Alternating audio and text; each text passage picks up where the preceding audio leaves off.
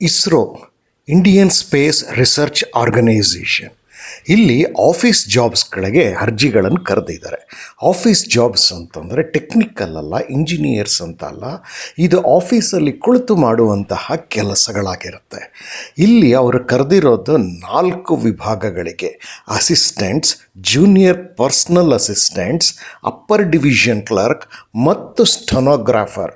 So ಈ 4 ರೀತಿಯ ವಿಭಾಗ ಅಂದರೆ 4 ರೀತಿಯ ಹುದ್ದೆಗಳಿಗೆ ಅವರು ಅರ್ಜಿಗಳನ್ನು ಕರೆದಿದ್ದಾರೆ. ಈ 4 ಸೇರಿಸಿದಾಗ 106 ಹುದ್ದೆಗಳು ಅಲ್ಲಿ ಇದೆ ಅನ್ನೋದನ್ನು ಅವರು ತಿಳಿಸ್ತಿದ್ದಾರೆ. ಈ ಉದ್ಯೋಗದ ಮಾಹಿತಿಯನ್ನು ನಿಮಗೆ ಕನ್ನಡದಲ್ಲಿ ತರ್ತಿರೋದು I am for career channel. ಇದರ slogan my path my future. ಈ ಚಾನಲ್ಗೆ ಸಬ್ಸ್ಕ್ರೈಬ್ ಮಾಡ್ಕೊಳ್ಳಿ ಹಾಗೂ ನೋಟಿಫಿಕೇಷನ್ ಬೆಲ್ ಒತ್ತೋದ್ರಿಂದ ನಿಮಗೆ ಉದ್ಯೋಗದ ಮಾಹಿತಿ ಕನ್ನಡದಲ್ಲಿ ನಿರಂತರವಾಗಿ ಸಿಗುತ್ತೆ. ಇಸ್ರೋ ಸಂಸ್ಥೆ ಇಡೀ ಭಾರತದಾದ್ಯಂತ ಇದೆ. ಸೊ ಇಲ್ಲಿ ಅವರ ಖಾಲಿ ಹುದ್ದೆಗಳು ಎಲ್ಲೆಲ್ಲಿದೆ ಅಂದರೆ ಬೆಂಗಳೂರು, ಮಹೇಂದ್ರಗಿರಿ, ಅಹಮದಾಬಾದ್, ನವದಿಲ್ಲಿ, ಹಾಸನ, ಹೈದರಾಬಾದು, ಶ್ರೀಹರಿಕೋಟ ಮತ್ತು ತಿರುವನಂತಪುರಂ. ಇಲ್ಲಿರುವಂತಹ ಇಸ್ರೋ ಆಫೀಸ್ಗಳಲ್ಲಿ ಈ 4 ರೀತಿಯ ಹುದ್ದೆಗಳು ಖಾಲಿ ಇದೆ. ಅದನ್ನು ಭರ್ತಿ ಮಾಡಲಿಕ್ಕೆ ಅರ್ಜಿಗಳನ್ನು ಕರೆದಿದ್ದಾರೆ. ಅಸಿಸ್ಟೆಂಟ್ ಜಾಬ್ ಅಂತಿದೆಯಲ್ಲ, ಅದೇ 130 ಪೋಸ್ಟ್ಗಳಿದೆ. ಜೂನಿಯರ್ ಪರ್ಸ್ನಲ್ ಅಸಿಸ್ಟೆಂಟ್ 82 ಇದೆ. ಅಪ್ಪರ್ ಡಿವಿಷನ್ ಕ್ಲರ್ಕ್ 22 ಇದ್ದರೆ ಸ್ಟೆನೋಗ್ರಾಫರ್ಸ್ ಪೋಸ್ಟ್ 10 ಇದೆ. ವೇತನಕ್ಕೆ ಬಂದಾಗ 25,500. ಅದು ಬರೀ ಬೇಸಿಕ್ ಮಾತ್ರ. ನನ್ನ ನಂಬಿ ಇದಕ್ಕೆ HRA, DA, ಟ್ರಾನ್ಸ್ಪೋರ್ಟ್ ಅಲೋಯೆನ್ಸು, ಜೊತೆಗೆ ನಿಮಗೆ ನಿಮ್ಮ ಫ್ಯಾಮಿಲಿ ಮೆಂಬರ್ಸ್ಗೆ ಮೆಡಿಕಲ್ ಫೆಸಿಲಿಟೀಸು, ಸಬ್ಸಿಡೈಸ್ ಕ್ಯಾಂಟೀನ್ ಅಂದರೆ ಅಲ್ಲಿರುವಂತಹ ಕ್ಯಾಂಟೀನಲ್ಲಿ ತಿಂಡಿ ಊಟ ಎಲ್ಲ ಅವರು ಲಾಭಕ್ಕೋಸ್ಕರ ಮಾಡ್ತಿರೋದಿಲ್ಲ. ಹಾಗಾಗಿ ನಿಮಗೆ ಕಡಿಮೆ ಬೆಲೆಯಲ್ಲಿ ಸಿಗುತ್ತೆ. ಜೊತೆಗೆ ಕೆಲವೊಬ್ಬರಿಗೆ ತೀರಾ ಅಗತ್ಯ ಇರೋರಿಗೆ ಕ್ವಾರ್ಟರ್ಸ್ ಕೂಡ ಸಿಗುತ್ತೆ. LTC ಅಂದರೆ leave travel concession, group insurance, HBA ಅಂದರೆ ಹೋಮ್ ಬಿಲ್ಡಿಂಗ್ ಅಲೋಯೆನ್ಸಸ್ಸು, ಇದೇ ಥರ 16 ಇದೆಲ್ಲ ವ್ಯವಸ್ಥೆಗಳಿರುತ್ತೆ. ಹಾಗಾಗಿ ಇದೊಂದು ಉತ್ತಮವಾದಂಥ ಹುದ್ದೆ ಅಂದರೆ ಸಂಬಳ ಇರುವಂತಹ, ಅನುಕೂಲತೆ ಇರುವಂತಹ ಹುದ್ದೆಗಳಾಗಿದೆ. ಆನ್ಲೈನ್ನಲ್ಲಿ ಅರ್ಜಿ ಸಲ್ಲಿಸಬೇಕಾಗತ್ತೆ. ಇದಕ್ಕೆ ಅವರು 16th 8th 2026 8ನೇ ತಿಂಗಳ 16ನೇ ತಾರೀಕು ಲಾಸ್ಟ್ ಡೇಟ್ ಅಂತ, ಕೊನೆ ದಿನ ಅಂತ ಅವರು ತಿಳಿಸ್ತಿದ್ದಾರೆ. ಈಗ ಶೈಕ್ಷಣಿಕಕ್ಕೆ ಬಂದಾಗ ಶೈಕ್ಷಣಿಕ ವಿದ್ಯಾರ್ಹತೆ ಏನಿರಬೇಕು ಅಂದರೆ ಮೊದಲು ಅಸಿಸ್ಟೆಂಟ್ ಮತ್ತು ಅಪ್ಪರ್ ಡಿವಿಷನ್ ಕ್ಲರ್ಕ್ಗೆ ಪದವಿ ಆಗಿರಲೇಬೇಕು ಮತ್ತು ಪದವಿಯಲ್ಲಿ 60% ಅಂಕ ಗಳಿಸಿರಬೇಕು. ಅಥವಾ CGPA ಆಗಿದ್ದರೆ 6.32 ಆಗಿರಬೇಕು ಅಂತ ಹೇಳ್ತಾರೆ.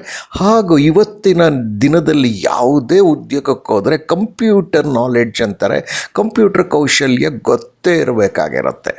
ಜೂನಿಯರ್ ಪರ್ಸ್ನಲ್ ಅಸಿಸ್ಟೆಂಟ್ ಮತ್ತು ಸ್ಟೆನೋಗ್ರಾಫರ್ಗೆ ಶೈಕ್ಷಣಿಕ ವಿದ್ಯಾರ್ಹತೆ ನೋಡಿದಾಗ ಅವರಿಗೂ ಕೂಡ ಪದವಿ ಆಗಿರಲೇಬೇಕಾಗಿರುತ್ತೆ. ಜೊತೆಗೆ 60% ಅಥವಾ CGPA ಆದರೆ 6.32 ಇರಲೇಬೇಕು.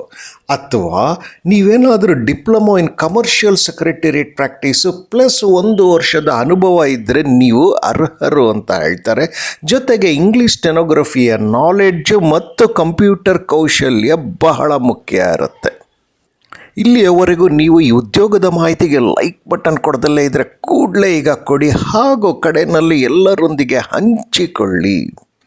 ಹಲವು ಹುದ್ದೆಗಳಿಗೆ ಅರ್ಜಿ ಸಲ್ಲಿಸ್ಬೋದು ಅಂತ ಅವ್ರು ಹೇಳ್ತಾರೆ. ಆದರೆ ಒಂದು ಝೋನ್ನಲ್ಲಿ ಒಂದೇ ಹುದ್ದೆಗೆ ಅರ್ಜಿ ಸಲ್ಲಿಸಬೇಕು ಅಂತ ಅವರು ಹೇಳ್ತಿದ್ದಾರೆ. ಇನ್ನು 1 ನಿಮಿಷದಲ್ಲಿ ನಾನು ನೋಟಿಫಿಕೇಷನ್ ಲಿಂಕ್ ಎಲ್ಲಿ ಸಿಗುತ್ತೆ ಅಂತ ಹೇಳ್ತೀನಿ. ಆ ನೋಟಿಫಿಕೇಷನ್ ಲಿಂಕ್ಗೆ ಹೋಗಿ ನೀವು ನೋಟಿಫಿಕೇಷನ್ನಲ್ಲಿ ನೀವು ಇದನ್ನು ಚೆನ್ನಾಗಿ ಓದಿ ಅರ್ಥ ಮಾಡಿಕೊಳ್ಬೇಕು.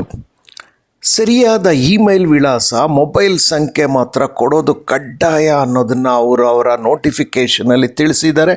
ಸೊ ಅರ್ಜಿ ಹಾಕಬೇಕಾದ್ರೆ ಇವೆರಡರ ಕಡೆ ಗಮನ ಇರಲಿ. ನಿಮಗೆ ವಯೋಮಿತಿ ಯಾರು, ಎಷ್ಟು ವಯಸ್ಸಿನವರೆಗೂ ನೀವು ಅರ್ಜಿ ಸಲ್ಲಿಸ್ಬೋದು ಅಂದರೆ ಜನರಲ್ ಕ್ಯಾಂಡಿಡೇಟ್ಗೆ 28 ಆದರೆ SC STಗಳಿಗೆ 33 ವರ್ಷಗಳು. ಇದಕ್ಕಿಂತಲೂ ನೀವು ಮೀರಿದರೆ ಗರಿಷ್ಠ ವಯೋಮಿತಿಯ ಸಡಿಲಿಕೆ ಇದೆಯಾ ಇಲ್ವಾ ಅಂತ ನೀವು ನೋಟಿಫಿಕೇಷನಲ್ಲಿ ಚೆನ್ನಾಗಿ ಓದಿ ಅರ್ಥ ಮಾಡ್ಕೊಳ್ಬೇಕಾಗತ್ತೆ. ಲಿಖಿತ ಪರೀಕ್ಷೆ ಮುಖೇನ ಇವರುಗಳು ನಿಮ್ಮನ್ನು ಆಯ್ಕೆ ಮಾಡ್ಕೊಳ್ತಾರೆ. ಇದನ್ನು ಕರ್ನಾಟಕದಲ್ಲಿ ಬೆಂಗಳೂರು, ಮೈಸೂರು, ಮಂಗಳೂರು ಈ 3 ಕಡೆ ಇವರು ಮಾಡ್ತಾ ಇದ್ದಾರೆ ಲಿಖಿತ ಪರೀಕ್ಷೆಯನ್ನು. ಇನ್ನು ಲಿಖಿತ ಪರೀಕ್ಷೆಯಲ್ಲಿ 150 ನಿಮಿಷಗಳದ ಪರೀಕ್ಷೆ ಇರುತ್ತೆ. ಎಲ್ಲ ರೀತಿಯ ಹುದ್ದೆಗಳಿಗೆ ಬಹಳ ಮುಖ್ಯವಾಗಿ ಋಣಾತ್ಮಕ ಮೌಲ್ಯಮಾಪನ ಅಂದರೆ ನೆಗೆಟಿವ್ ಮಾರ್ಕಿಂಗ್ ವ್ಯಾಲ್ಯೂಯೇಷನ್ ಇರುತ್ತೆ ಅನ್ನೋದನ್ನು ಅವರು ತಿಳಿಸ್ತಿದ್ದಾರೆ. ನೀವು ನೋಟಿಫಿಕೇಷನ್ ಲಿಂಕ್ ಇನ್ನು ಅರ್ಧ ನಿಮಿಷದಲ್ಲಿ ನಿಮಗೆ ಹೇಳ್ತೀನಿ ಎಲ್ಲಿ ಸಿಗುತ್ತೆ ಅಂತ. ಅಲ್ಲಿಗೆ ಹೋದಾಗ ಮೀಸಲಾತಿ ಬಗ್ಗೆ ಆಗ್ಬೋದು, ಮತ್ತಷ್ಟು ವಿಚಾರಗಳು ಅಂತಂದರೆ ನೀವು ಅರ್ಜಿ ಸಲ್ಲಿಸೋದು ಹೇಗೆ, ಕಡೆ ದಿನಾಂಕ, ಸಂಬಳ, ಇತರೆ ಸೌಲಭ್ಯ ಎಲ್ಲದರ ಬಗ್ಗೆ ನೀವು ತಿಳ್ಕೊಳ್ಬೋದಾಗತ್ತೆ. ಹಾಗಾಗಿ ನೋಟಿಫಿಕೇಷನ್ನ 2 ಬಾರಿ ಓದೋದು ಬಹಳ ಮುಖ್ಯ ಇರುತ್ತೆ. ಕಡೆಯದಾಗಿ ನಿಮಗೆ ನೋಟಿಫಿಕೇಷನ್ ಲಿಂಕು ಹಾಗೂ ವೆಬ್ಸೈಟ್ ಲಿಂಕ್ಗಳೆಲ್ಲ ಬೇಕಾಗಿರುತ್ತೆ. ಇದೆಲ್ಲವೂ ಕೂಡ ಡಿಸ್ಕ್ರಿಪ್ಷನ್ ಬಾಕ್ಸ್, ಈ ವಿಡಿಯೋದ ಡಿಸ್ಕ್ರಿಪ್ಷನ್ ಬಾಕ್ಸಲ್ಲಿ ಕೊಟ್ಟಿದ್ದೇನೆ. ಈ ವಿಡಿಯೋನ ನೀವು ಲಿಂಕ್ ಮುಖೇನವೇ ನೋಡಿ.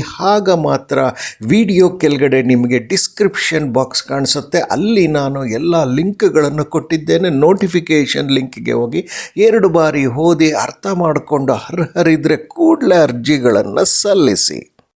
ಈ ಮಾಹಿತಿಯನ್ನು ನಿಮಗೆ ತಂದದ್ದು ಐ ಎಮ್ ಫಾರ್ ಕೆರಿಯರ್ ಚಾನಲ್ನಿಂದ. ಇದರ slogan my path my future. ಈ ಚಾನಲ್ಗೆ ಸಬ್ಸ್ಕ್ರೈಬ್ ಮಾಡ್ಕೊಳ್ಳಿ ಕೂಡಲೇ, ಹಾಗೂ ನೋಟಿಫಿಕೇಷನ್ ಬೆಲ್ ಹೊತ್ಕೊಳ್ಳಿ.